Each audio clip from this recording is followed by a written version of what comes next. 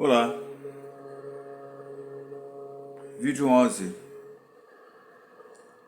Entre a casca e a essência do ser, coexiste a miragem, a ilusão. Dando continuidade à segunda parte, compaixão, onde eu estou traçando considerações dessas questões de miragem e ilusão sobre os nossos três centros: ser, sentir e pensar. Eu iniciei como se fosse uma segunda constatação. Eu comecei falando sobre sentimento e eu iniciei no vídeo anterior a proposta falando sobre o pensar. Na verdade, estão interrelacionados todos esses centros num processo, dentro desse contexto da ilusão e da miragem. Eu vivo muito na situação do natural, né? Ontem, conversando com uma amiga, eu coloquei algumas coisas que eu acho que vale a pena reproduzir aqui. Tem a ver até com contando histórias, porque são as histórias que eu adoro, histórias reais. Eu vou conectar aqui algumas situações que eu vivenciei que dizem respeito a essa desconexão entre o sentimento e o pensar. E basicamente, como eu falei, elas são interligadas, né? Eu vou dar então vou passar, né, situações nesse aspecto, inicialmente nesse vídeo. Bem, vamos falar sobre essa questão interrelacionada entre o sentimento e o pensar. Certa vez tive a experiência de um amigo que se namorou com uma pessoa e ele ficou tão decepcionado com o desencontro, a pessoa não quis mais ter contato com ele, né? Que ele pegou o carro e bateu no muro. Sim, ele ficou revoltado e bateu com o carro no muro. Vejamos como isso tem muito a ver com o que eu estou falando. É o típico processo que o sentimento dele não teve equilíbrio.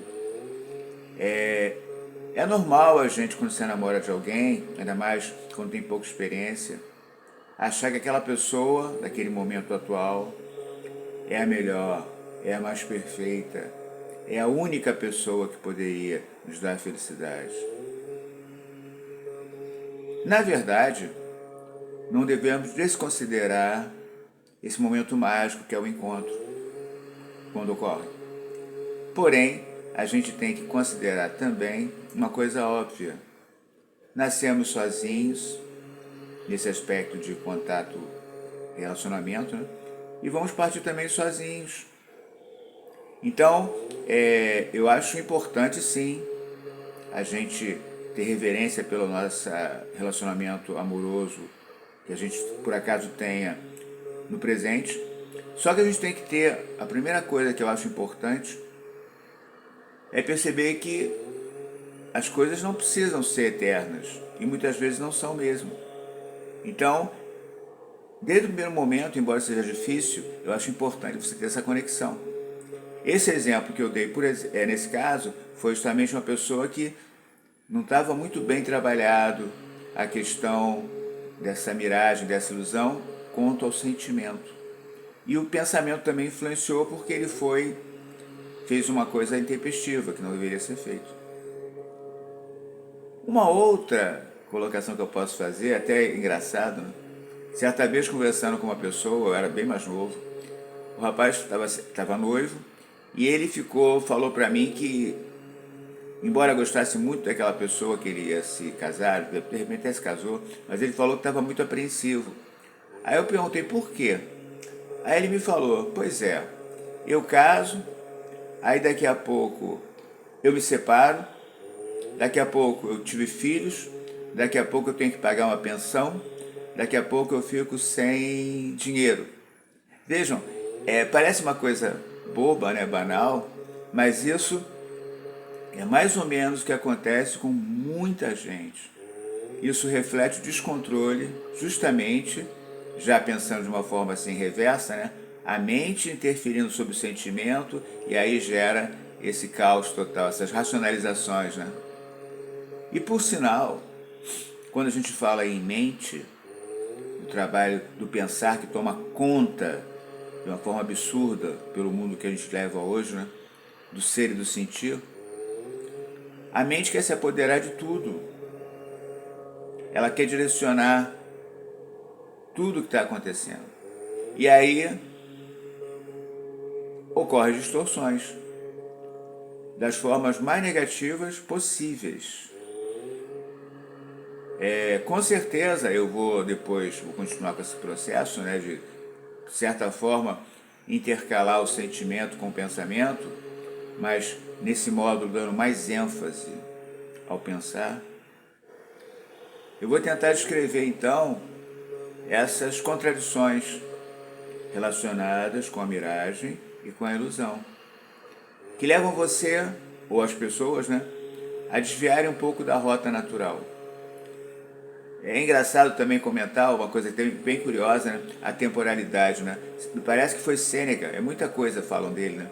Ele tem um postulado muito rico, veja que isso é muito tempo atrás. Ele diz que nós sofremos mais pelo que imaginamos, pelo que pensamos em imaginação, do que pela realidade. Isso é atemporal, isso é a pura verdade.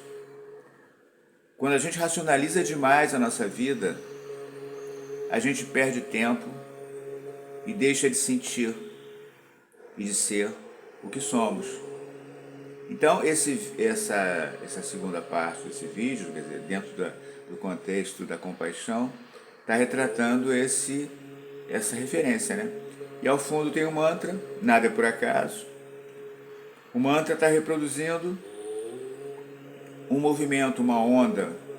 Aparentemente, ele diz a mesma coisa, tal como essas músicas idiotas que ocorrem aí, mas ele é muito mais do que isso. Há toda uma correlação espiritualidade nessa vibração. Não é uma mensagem vã. E continua repercutindo como se fosse uma oração, um sinal para refletir, para entender o que ocorre ao nosso redor. Essa é a mensagem desse vídeo. Paz a todos.